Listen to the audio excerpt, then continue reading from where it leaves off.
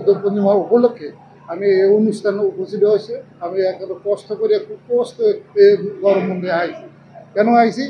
এখানে বান্ধে রাখাটা আমি ছিলাম তখন, আগে বান্ধে ছিল না, এই মন্দিরে বান্ধে ছিল না, ৩৫ বছর বান্ধে ছিল না, সেটা আমি এখানে পূরণ করছি।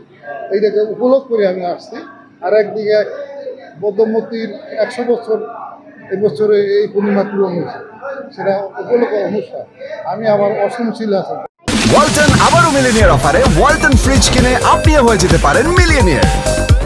মিলিনিয়ার ছড়াছড়ি দেশ জুড়ে, এটা শুধু ওয়ালটনই পারে। মৈত্রীময় শুভেচ্ছা।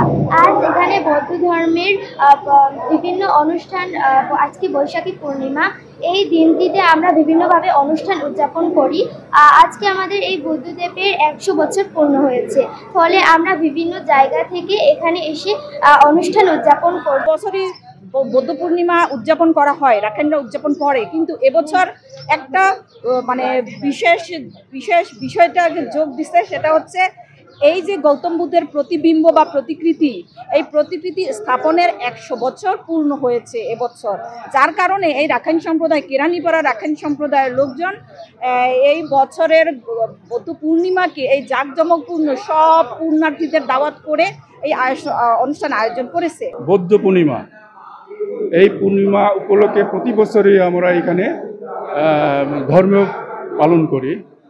তাছাড়া আজকে এইবারে একটু বিশিষ্ট আছে, এই যে প্রতিকৃতি বৌদ্ধ গৌতমের ১০০ বছর পূর্তি, এই জন্য আমরা এইখানে এই ১০০ বছর পূর্তি উপলক্ষে আমরা এখানে ধর্মীয় অনুষ্ঠানটা করি। আমি প্রার্থনা করছি পৃথিবী আজকে শান্তিময় হোক, শান্তি বিরাজ করুক, পৃথিবীর যুদ্ধ হানাহানি এই নিঃশেষ হয়ে যাও। আমি আজকে ফেসবুক সেটাও লেখছি, শান্তি শীতল শান্তিতে পৃথিবীর ছায়া আসুক, হানাহানি কাঁটাকাটি এগুলো বাদ দিয়ে পৃথিবীর সকল প্রাণী সকল জাতি শ্রেণীর পেতে আমরা শান্তিতে বসবাস করতে পারি, এটা এই প্রার্থনা করি। বিশ্বের শান্তির জন্য আমরা আজকের বৈশাখী পূর্ণিমার দিন আমরা বুদ্ধদেবের কাছে প্রার্থনা করি, যেন আমরা সবাই সুখী শান্তিতে আজকে বসবাস করতে পারি। কুয়াকাটা শ্রীমঙ্গল বৌদ্ধ বিহারে এবছর বুদ্ধের এই বৌদ্ধ পূর্ণিমা উপলক্ষে আরো বিশেষ আমাদের সংযুক্ত হয়েছে। যে আপনারা দেখতে পাচ্ছেন আমার পিছনে যে বুদ্ধের প্রতিবিম্ব রয়েছে, এই বুদ্ধের প্রতিবিম্বের ১০০ বছর জয়ন্তী উপলক্ষে আমরা এবছর ৩ দিন ব্যাপী অনুষ্ঠান করেছি। ৯ মে থেকে আজকে ১১ই মে পর্যন্ত আমরা অনুষ্ঠান করতেছি। এই অনুষ্ঠানে আমাদের ছিল উপশব্দ গ্রহণ, তারপর প্রাপ্যজা গ্রহণ এবং অষ্টশীল পঞ্চশীল গ্রহণ এবং ধর্ম আলোচনা এবং বিহার প্রদক্ষিণ এবং আমাদের বোধিবৃক্ষে বিকালে জল দিলে আমরা অনুষ্ঠানটি শেষ করব।